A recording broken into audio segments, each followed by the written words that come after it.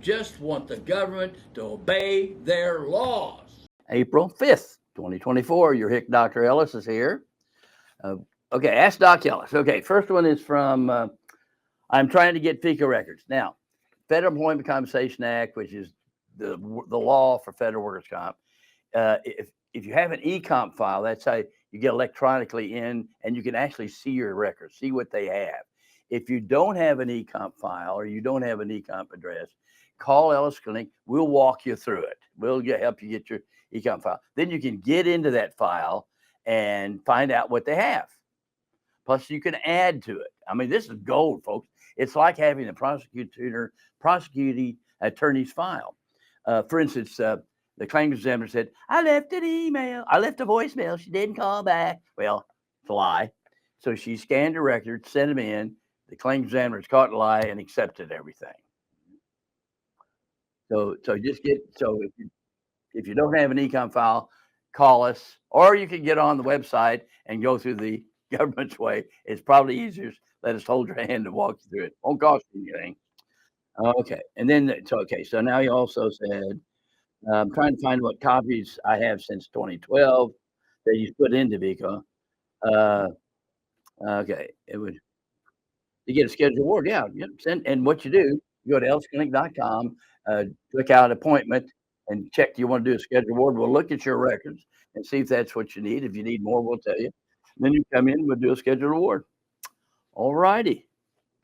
This is from Andres from California. Came across the video. Okay. In a VA hospital, was injured in a VA hospital. Let me explain that there's malpractice, like a normal malpractice.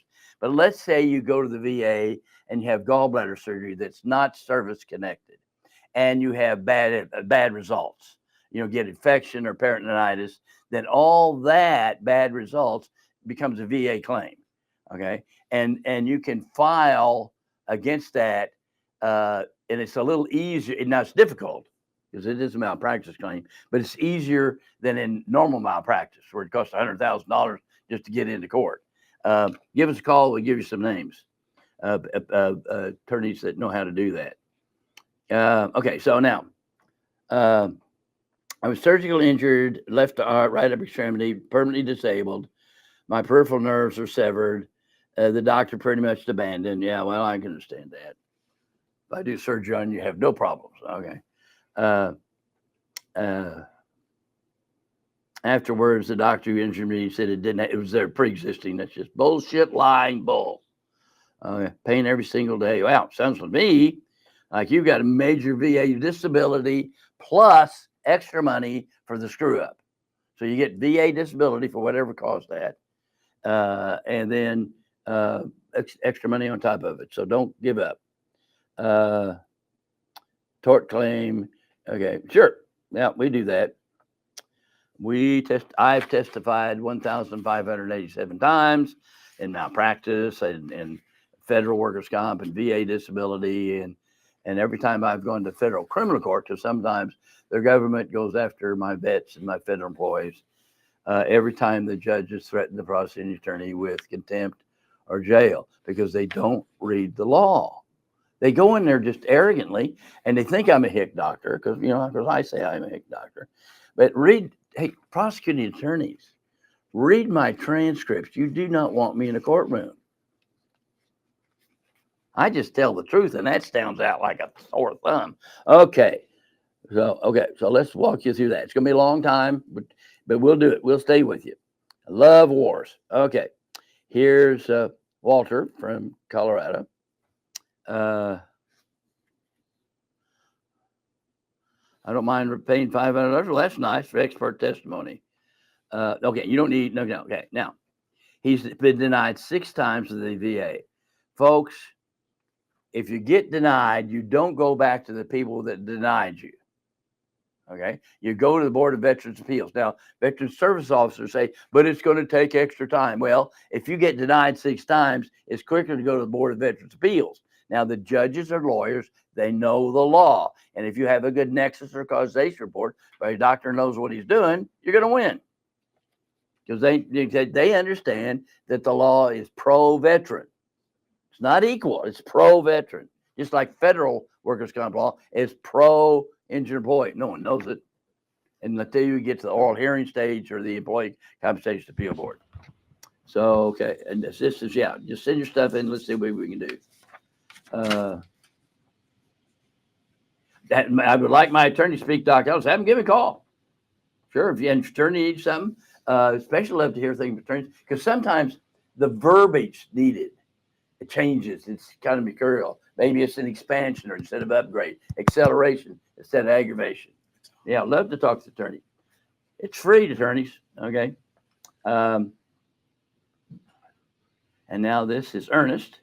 I believe all of these questions below question 4 have been answered, but we do have some online. Well, let's do the onlines, okay? All right. Have they been answered so everybody can read the answers? I don't have those on, Okay. but yeah, is what Well, we'll let's do online, then we'll go to those if we need to. All right. There's So just a couple. our first is from Blue Eagle on YouTube. Can diabetes be secondary to obstructive sleep apnea? I'd have to do, or Nicole would do a research. There may be case law. In other words, the VA has ruled that is, and that takes care of it.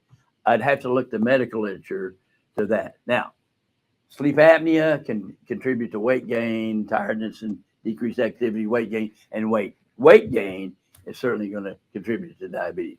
It might be a stretch, but in fact, you can do it. Google, is there VA case law tying up sleep apnea and diabetes? If you got a case law, then that's really it. May not be science, but it gets accepted.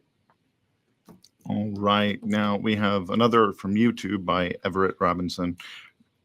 Good day, Dr. Ellis. I'm looking to do a claim for GERD secondary to migraines and PTSD. Which one do you feel would be more favorable? I've used your service before and was successful. Thank you. Do both. When you're talking about it, give everything you've got, weight gain, anything. Yeah. All right.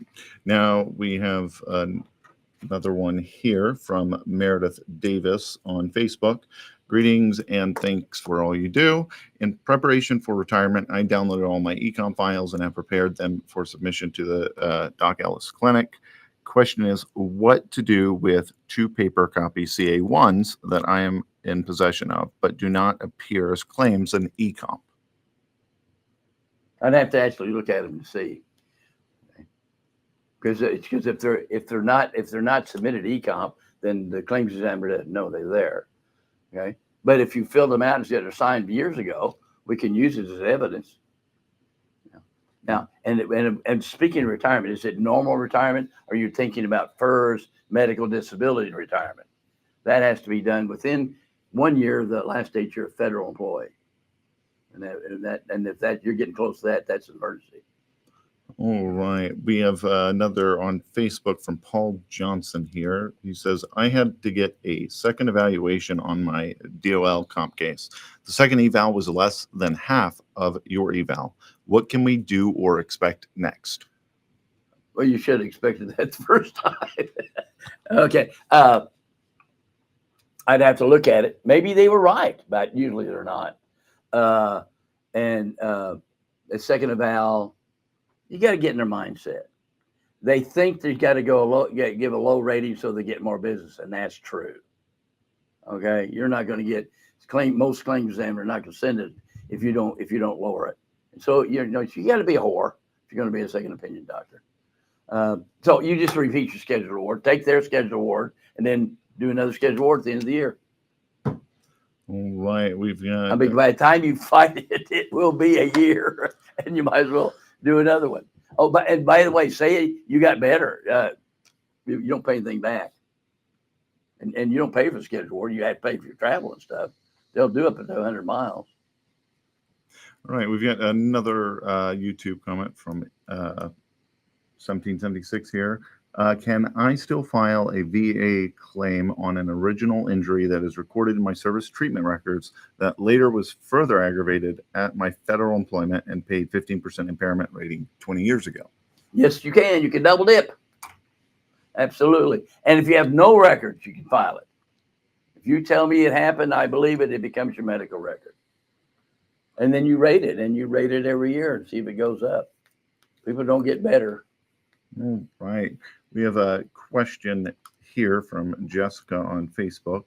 As I am requesting help with my initial federal workers' comp claim. I don't think I have paperwork filled out right, and they are requesting more information. Please help. How soon could I get a phone appointment?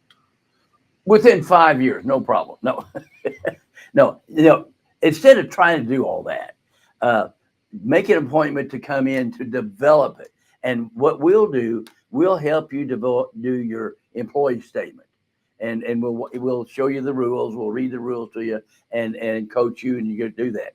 And speaking of that, once I had a claims examiner saying it looks like the employment statement was done with the assistance of Ellis Clinic, as if that was a bad thing. Shame, shame, shame on you, claims examiner. This is supposed to be non-adversarial administrative law, federal and VA.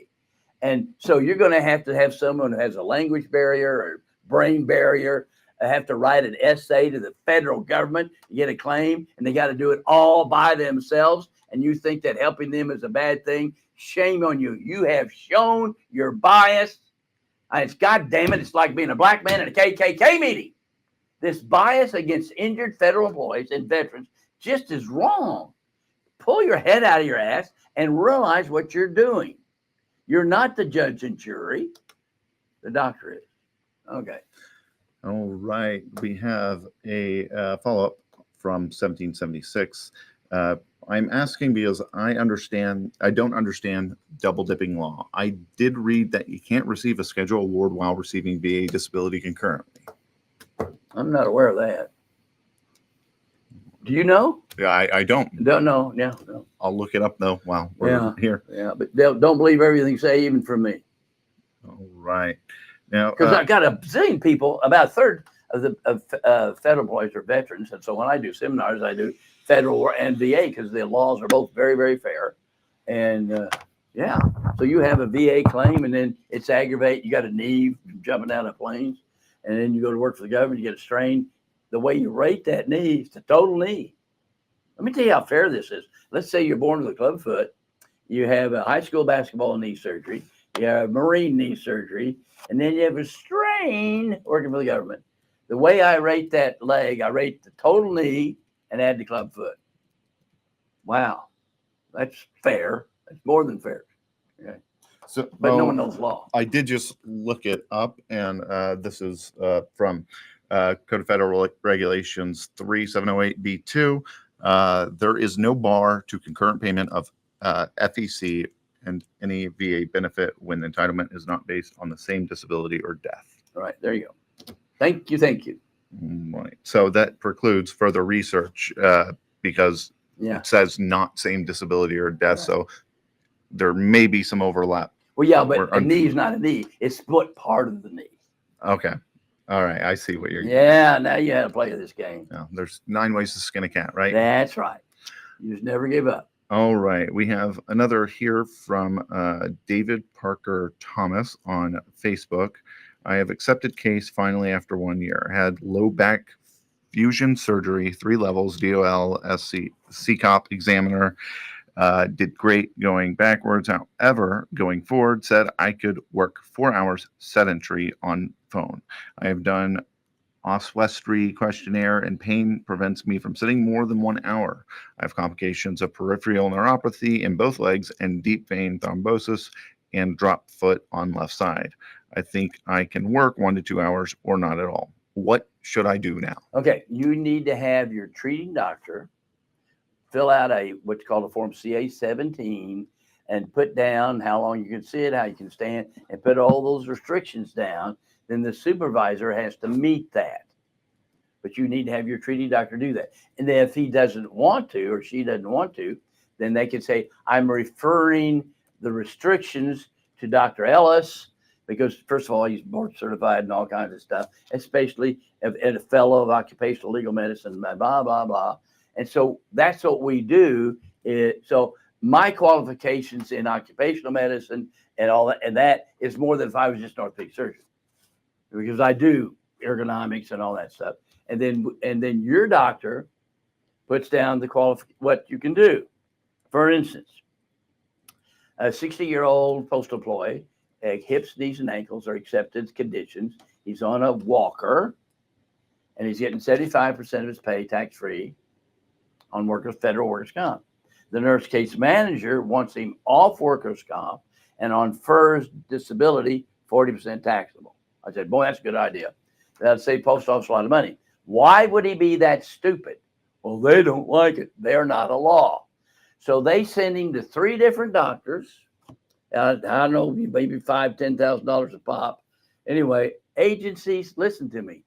These people are sending people for second opinion, and the treating doctor's report has all probative value. It's a waste of time. It's a waste of your money. Why don't you just pay for treatment and stop this stuff? But anyway, and each time they said he could work, and I said, yes, I agree. These are the restrictions. Post office said, we don't have that job. So he goes through 2 years of that stuff, still getting a 75% tax free.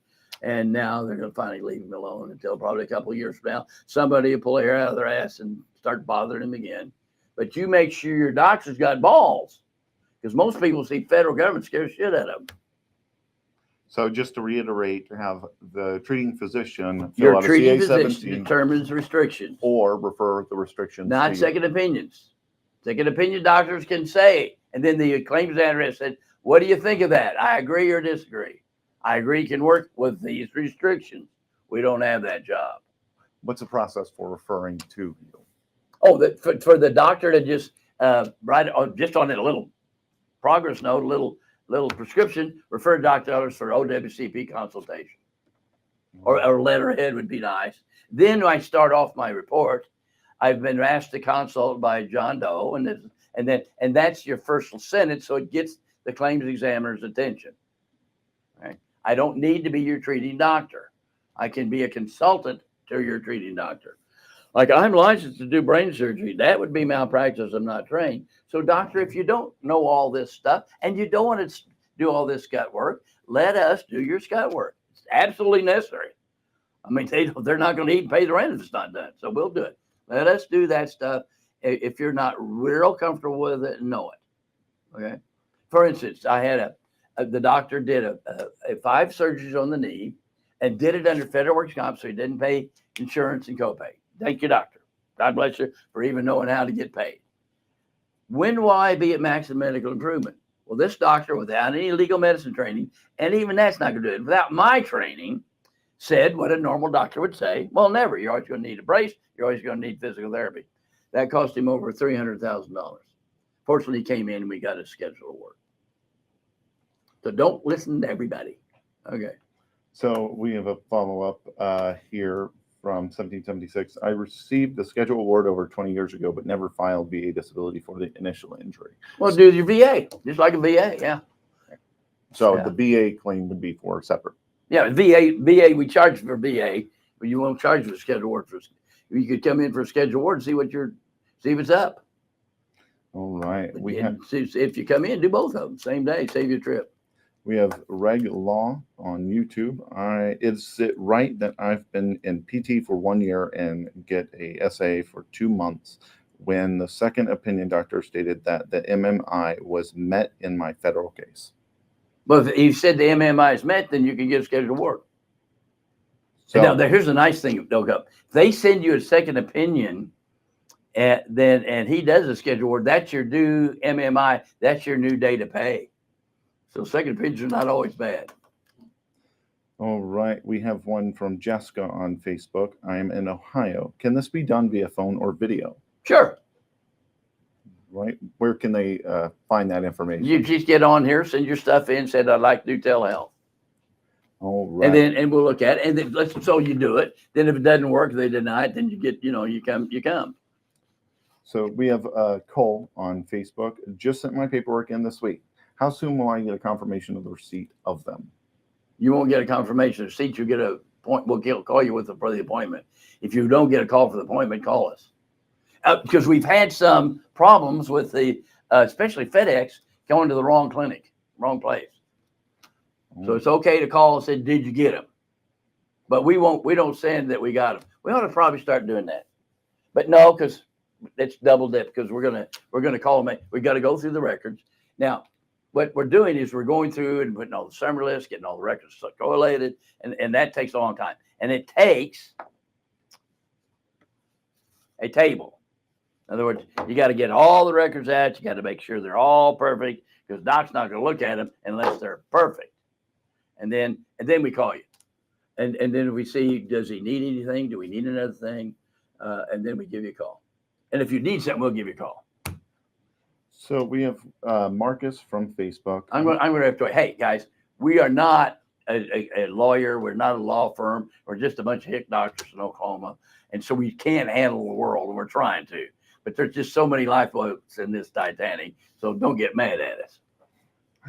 All right. Marcus from Facebook says, hi, Dr. Ellis. I have got notice to see a referee doctor, and the doctor that OWCP has chosen for me is affiliated with one of the office that I have gotten treatment. But OWCP is sending me to a different state to see this guy. Is this legal, even though I have had no direct patient-physician contact with him? No, that's fine. They can do anybody they want. Yeah. And it may be good, it may be bad. It's going to depend on the doctor, his attitude, his bias. Right. We have Errol here from Facebook, from Louisiana. Should I try to claim sleep apnea to PTSD or tinnitus? Both. Both. Excellent. All right. We have Everett here on YouTube. And then also, so if you have any musculoskeletal injury, like flat feet or anything like that, and you have had any weight gain, then we throw that in too. All right. We've got Everett here on YouTube. Why is OSA such a hard claim for the VA to grant, even for people with PACT Act conditions like chronic sinusitis and rhinitis? Because doctors are assholes. Okay. I thought that was lawyers. No, lawyers just aren't going to heaven. Okay. Okay. So this is something I sold on TV in 1990 about workers' comp and personal injuries. The title is "You Know When You Hurt." Because when you get hurt on the job or in a car wreck, everybody calls you a liar or a cheat, and no one believes you. Okay? This is a car wreck, and the attorney's secretary said, just give us the report to her arms in a sling. I called the attorney up and said, you need to fire your secretary. This is the worst third-degree separation I've seen in 3 years, you dumb shit. I said, you've got this lady at your front desk? Okay, but anyway, now, and in these tapes, I say, this orthopedic surgeon, medicine didn't make me an asshole. Assholes go into medicine. Now, when I was at Oklahoma State University, I had to get permission to take more than 18 hours a semester. Medical school's 8 to 5, 5 days a week, half day on Saturday. That's 43 hours a semester. That leaves normal out. No normal person can get through medical school. Then you got homework on top of that. So we're not looking for bedside manner. The only person that can do everything well got hung on a cross. So we're going to our orthopedic surgeon for technique. Then we'll go to my family doctor, hold my hand. We'll go to my priest to complain to. But so I have one doctor that said, now this guy's an asshole, but he does a great knee. So just put up with it. And or I've had people come back about an orthopedic surgeon, how nice he is. I said, I need to see your credentials. I don't think you're an orthopedic surgeon if you're being that nice. And let me tell you the difference between MDs and DOs. As an MD, I was trained like a Marine, browbeating, harassment. DOs are trained to be nice. They're kind of weird. They actually touch patients, I hear, and they actually listen, which is kind of weird for an MD. But DOs have that training. So anyway. All right. Here we have Levana from YouTube. Being exposed to jet fuel and whole body vibration, complex sleep apnea, chronic complaints of trouble breathing, and pneumonia in service. Any connection to apnea? Absolutely. Pneumonia service. I know that stuff, sure. Now, remember, this is not criminal law beyond a reasonable shadow of a doubt. You can't put O.J. Simpson in jail. Also, when they asked the DA, the investigator, you ever said the N-word? Well, the answer is yes. And he said no, so he lied. That trial's over, okay? But now the family took him to court under civil law, and they hardly even mentioned it. But this is VA law and federal workers' comp. The criteria is real low. So Quit practicing law and just come in and let's do this stuff. But Right. now you're going to have denies by people that have no clue. We have Roberto from YouTube. Can you get Social Security Disability Income, SSDI, I believe, and Schedule Award? Sure. All right. Different worlds. So, Mr. B from YouTube, favorable findings identified in the decision. You require aid and attendance. What does this mean? They denied the claim. Well, you need to get your claim approved, and then we get your aid and dependence approved. So you appeal it. All right. We have Marcus here from Facebook. I have had 2 cervical fusion, and I know cervical injuries doesn't qualify for Schedule Award. How does that work? No, you're wrong. The spine doesn't, but the nerve does. Okay. So if you hit your funny bone, those 2 fingers, that's the ulnar nerve tingle. Okay.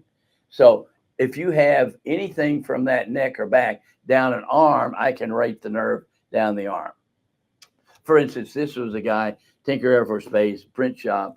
They opened a 55-gallon drum of Italian. That's what sniffing glue does. You know, I mean, it'll pickle your brain in minutes. His brain atrophy. He can't walk. His wife had told one side. I can't rate his brain damage because the heart, brain, and spine are not covered. But I can rate the weakness in the arms and legs. I can get him as 100%. Now, the reason the spine's not covered, when the 1916 Federal Workers' Comp Law, extremely fair, the first Workers' Comp Law, a schedule. What's a scheduled award? Okay, a cut off finger at certain parts. There was a different schedule. Of course, you cut the whole arm off, it's 100%. So that's what schedule means. All right. So heart, brains, and spines were not covered. And so, because the government didn't have time to balance the checkbook, much less do that. About the only change in the law was in 74, the Federal Workers' Comp Law. You get to pick your doctor, and by law, that doctor's report has more probative legal value. This is not an equal battle. Like if you have 2 people in a car wreck, it's equal doctors fighting, dueling doctors. Okay. In Federal Workers' Comp, your doctor's report has more probative value. So when they do a second opinion, they say, now, Dr. Ellis, do you agree or disagree? All right. I think this is a good opportunity while we're waiting for some more comments to talk about the complexities with respect to not only Federal Workers' Comp, but VA and establishing the claims. I know that you were an editor of the AMA Guide for Permanent Disablement, the 4th edition? 4th, yeah. 4th edition. Talk about the complexities and connecting them with various connecting factors, calculations, and how difficult that is. Well, now scheduled awards is you use a book, and it's involved. It's a book, and you rate an arm and shoulder using the book. Okay, bunch of nerd stuff. Anyway, but now the complexity is getting a claim accepted because doctors, over 50% of litigation requires a white coat, a doctor's opinion. We have all our training is in malpractice prevention. We have no training in Federal Workers' Comp, VA disability, car wrecks, Social Security. And so, in fact, I got into this 100 years ago, in the early 70s. I delivered a attorney's baby. Doc, will you see a state workers' comp claim and rate them for the percentage of loss of the ability to do ordinary manual labor? That's how law talks to white coats, because you got to have a white coat to make that dependent, and our white coats don't have any training. So the difficulty, especially whenever it comes to the actual process, the bureaucratic process, these claims examiners, Administrative law. there's a bias that they have automatically without even seeing this person. Without even knowing they have it. I'll prove that everybody here in this room has it. Okay. Allstate ran an ad, very good ad. You know, that really good actor in Allstate. You're in good hands with Allstate. Great ad. I mean, just a believable. But anyway, they ran it prime time for an extra long time. We fight fake car wreck claims to keep your car insurance premiums down. Buy our car insurance. I about fell out of my recliner. I laughed so loud because the ad says, if you file against us, we're going to fight you. We're bragging about it that we're going to fight you, but it keeps your premiums down, so buy it. Okay. By the way, that pissed me off so much that I took the master's course. It's double-sided and accident reconstruction. I went to court one time and that was it. They don't mess with me anymore about low speed not causing injuries. In fact, a 10-mile-an-hour car wreck is like falling on this desk. A 15-mile-an-hour car wreck is falling off a 7.5-foot ladder. A 20-mile-an-hour car wreck that everybody calls low speed is off the roof of a one-story building, the top, where Santa Claus comes down the chimney. 25 is a 3-story building. 30 is a 2-story. 30 is a 3-story building. Low speed hurts, folks. Also, you've got all this mass of the vehicles.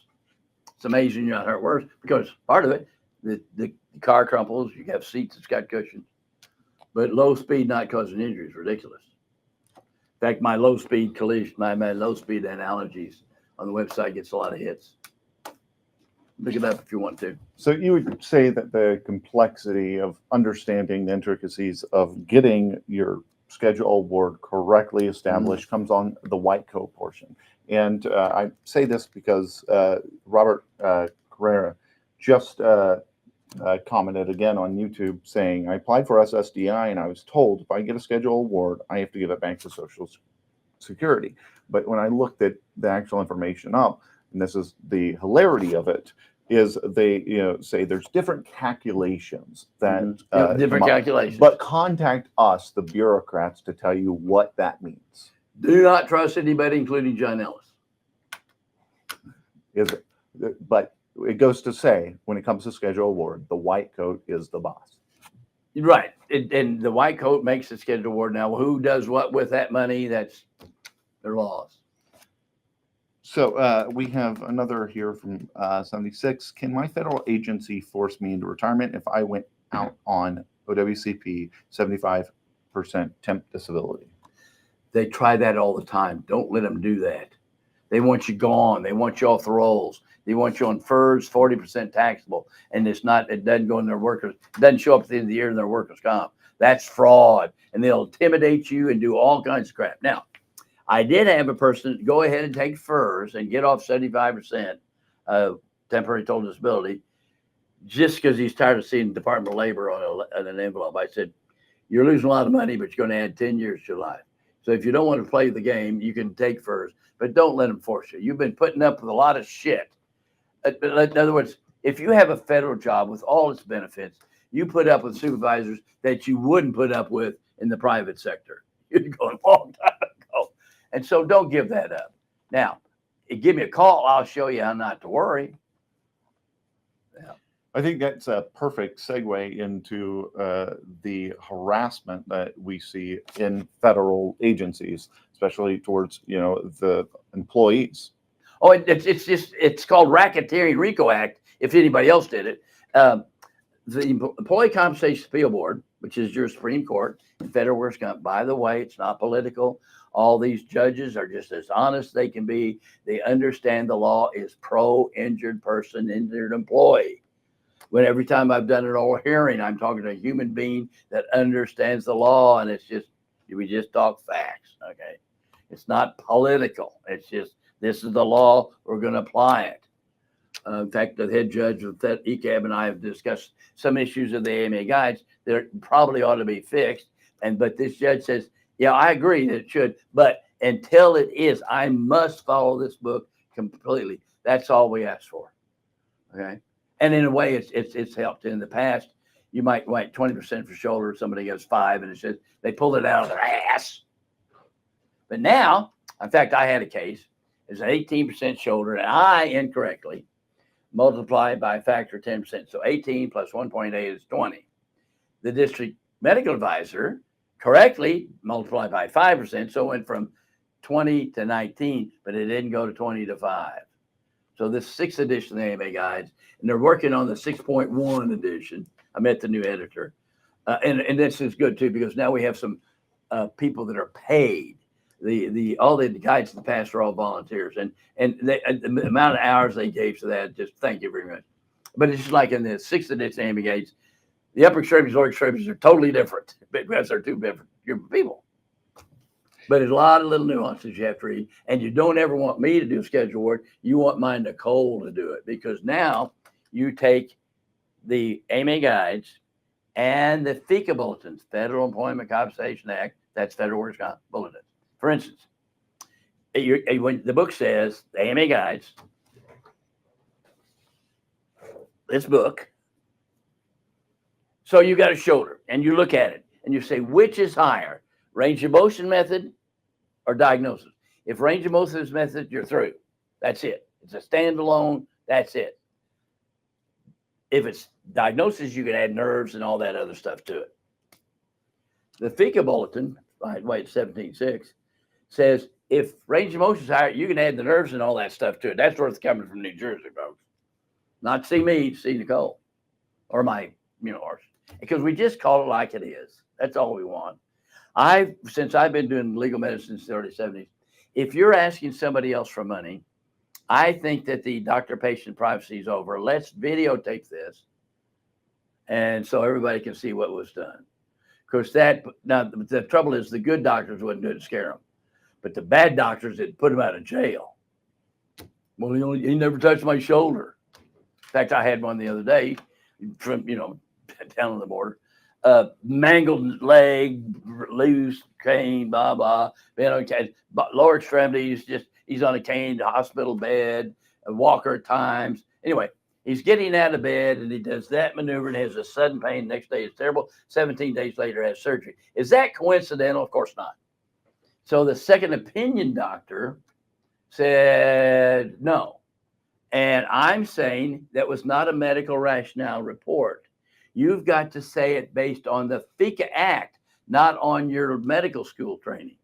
So one of my responses, he needs to go. Now, he said no. Then I saw him later, and the claims examiner went back in time and used that report. No, you've got to send him for another exam.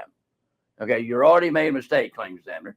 But I said, so I would recommend you take my report, then on page 8 and 9, it has a summary of the law.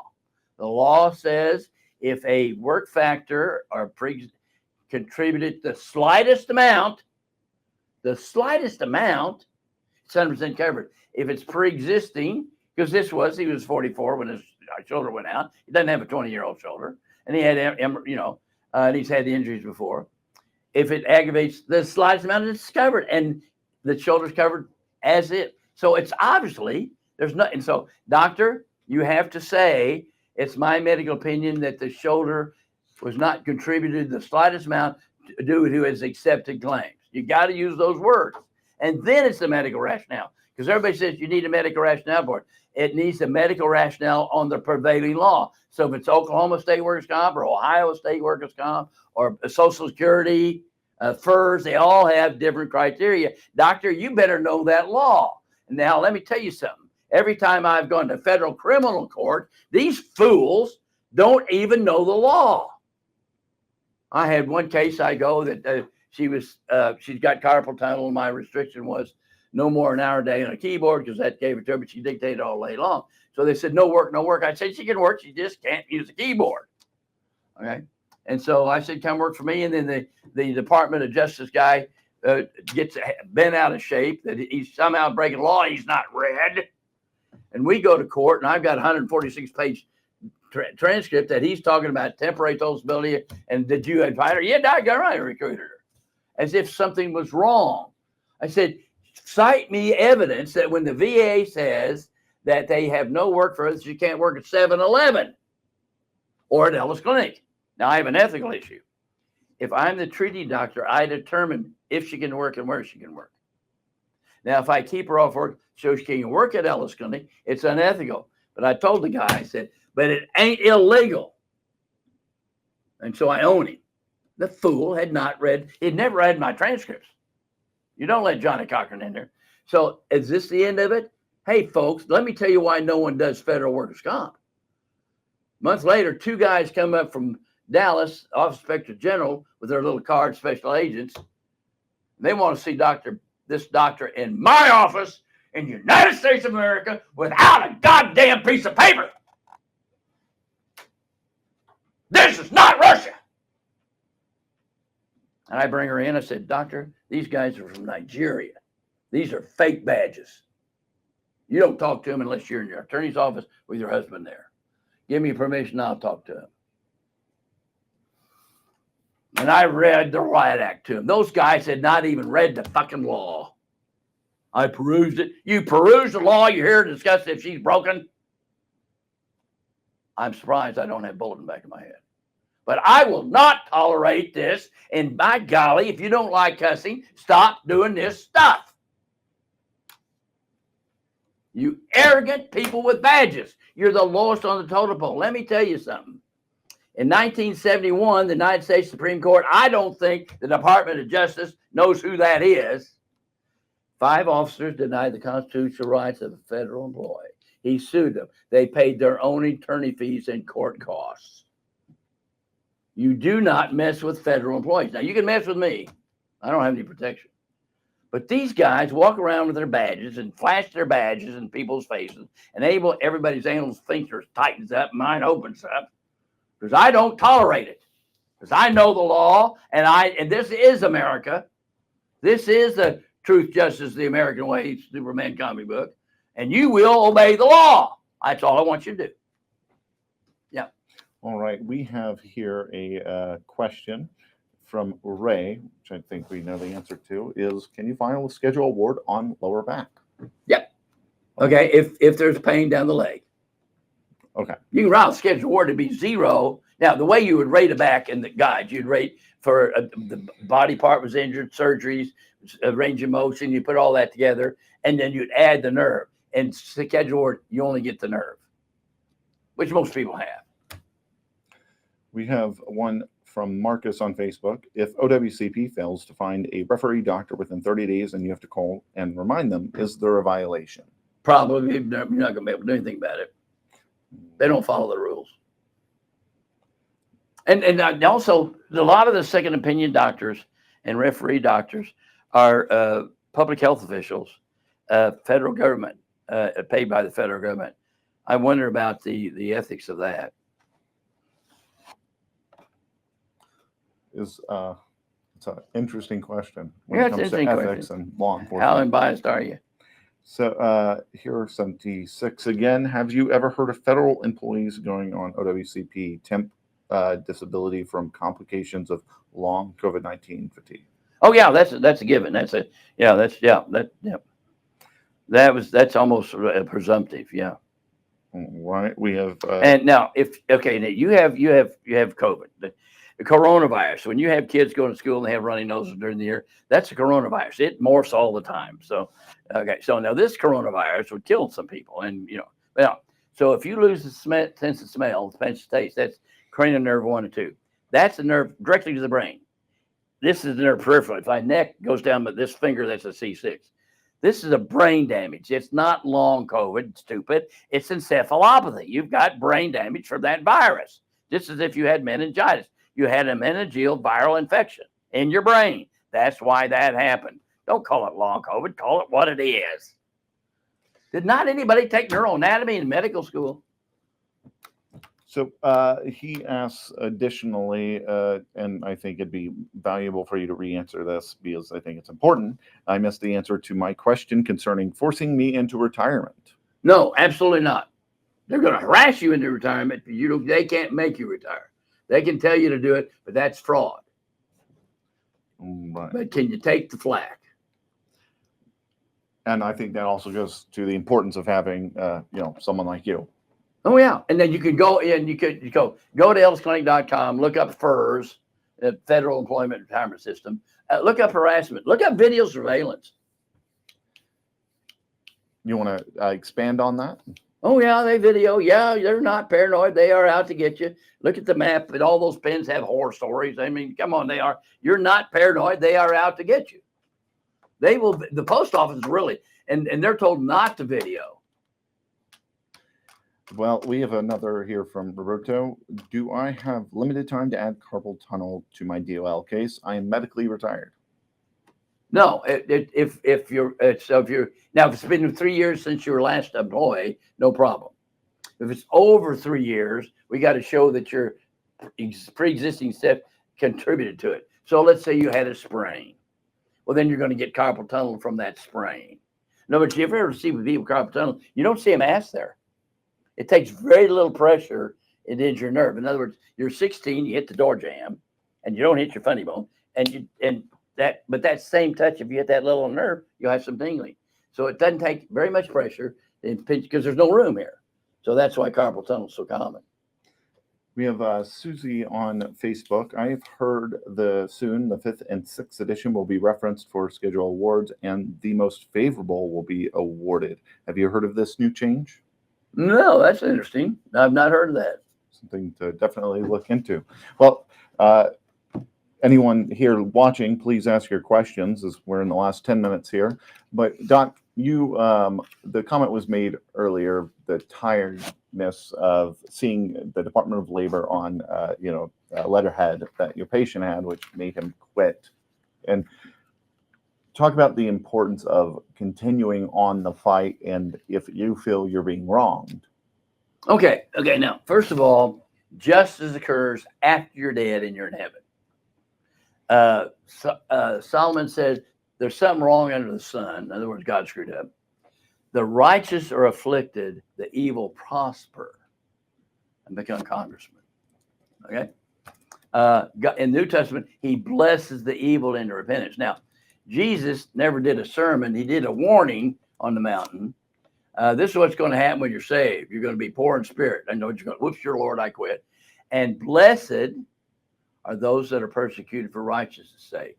So you're out there working, you work for the government, you're not, and then the government jumps on your head. That's persecution for righteousness' sake. Now, if you get thrown to the lions, theologically, that's easier. Now, it hurts to get eaten by lions. But I'm suffering from Jesus. I'm going to get you with my crown in a minute. But this looks like God's mad at me. And I understand the terror people have. I got a letter once that said Internal Revenue Service. And I went, ooh, a war. And my face dropped. It was a refund check. I'm just different. That's all. I love war because I know the law and I expect truth. And I do live in a country of laws. I'm going to tear up here in a minute. We can make people follow their laws. We can't do this in Russia and China and Venezuela. Well, we can do this. Okay. And let's get these, but you're dealing with a bias.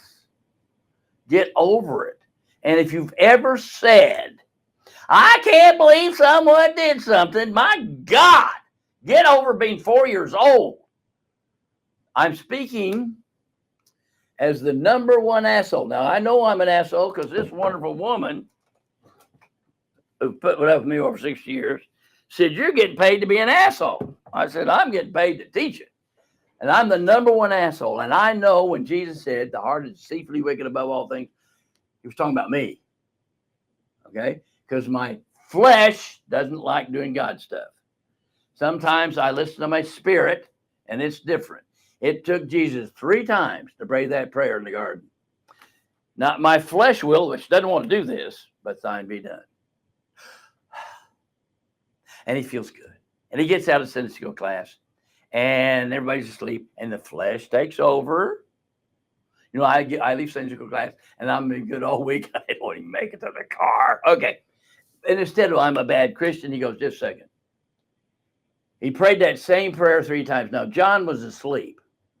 No one had witnessed this. So John either thought that up or God revealed it to him. And that's up to you to figure out. Anyway, he nailed it on the 3rd time. And then he had what's called peace that passes understanding. Pilate says, hey, pay attention. Now, he's been up all night, been beat up by the Sanhedrin guard. So he's physically a mess. And yet Pilate's picking something up. He's used to people cussing and begging, but never at peace. My peace I give unto you. Call me, I'll show you how to do that. Okay? But he's at peace. Now, I let Jesus in my heart at age 31, I'm 82. And I've let the Holy Spirit lead me 7 times for 1 minute. We all do that. We all try to take over. We all try to be God. And when you're 2, up until about 2, then you have to be toilet trained, and then you love your poop and you're cute, and then you have to learn the rules. And from that moment on, you're a victim. You're pouting that you're not getting your way, and then you watch, things like the good guys always win and all that silly stuff. And then you're pouting until you realize you aren't God. Then you get the program. And what do you want to do today, Lord? This is a war, folks. Now, weapons are weird. We tell the truth. and even to our own hurt. Okay. Right. We got a couple more before the end of the hour here.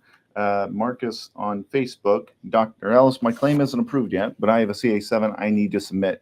If my claim is approved, would those dates renew once the claim is accepted? I'm not sure what he means. The CA7 means I'm asking for a scheduled award. I'm asking for time off work. I'm asking for leave without pay buyback and stuff like that. So I assume it may be it's a scheduled award. You filed your CA7 and attached the scheduled award report, and then you just have to wait. Right. Marcus, feel free to contact the office directly. Yeah, give us a more call. information. General questions, just call us. Now, specific questions about specific claims require a picnic table.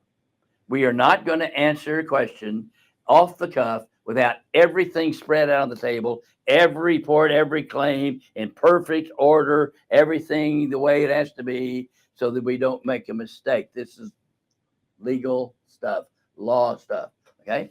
And then we address what's the duck? What's the issue? I want them to apologize. I'm not going to go there. That's not going to happen until you go to heaven. Do you want your claim accepted or not? That's the duck. Marcus says time off work.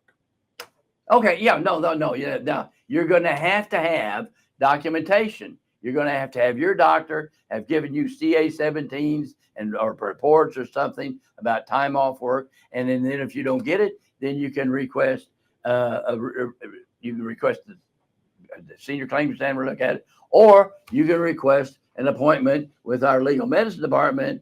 Doesn't cost you anything, and we will look at it and tell you what we recommend you to do. We're not your representative, we're not your lawyer, but we know we can tell you what to do. Well, we have, I think, a question here from Mr. B on YouTube. Have the VA contacted you about your reports? No. I'm just VA. I just do a report. That's it. I mean, we don't do any. That's you go from there. You go to a veteran service officer or a lawyer to take it to the next level. Right. We have a comment here from Troy that I thought you'd enjoy. I appreciate your honesty and balls. Keep up the drive. Can you imagine my wife living with this guy? Oh my God. She's going to have so many jewels in her crown. Well, all right. Well, I think that about concludes our hour for today.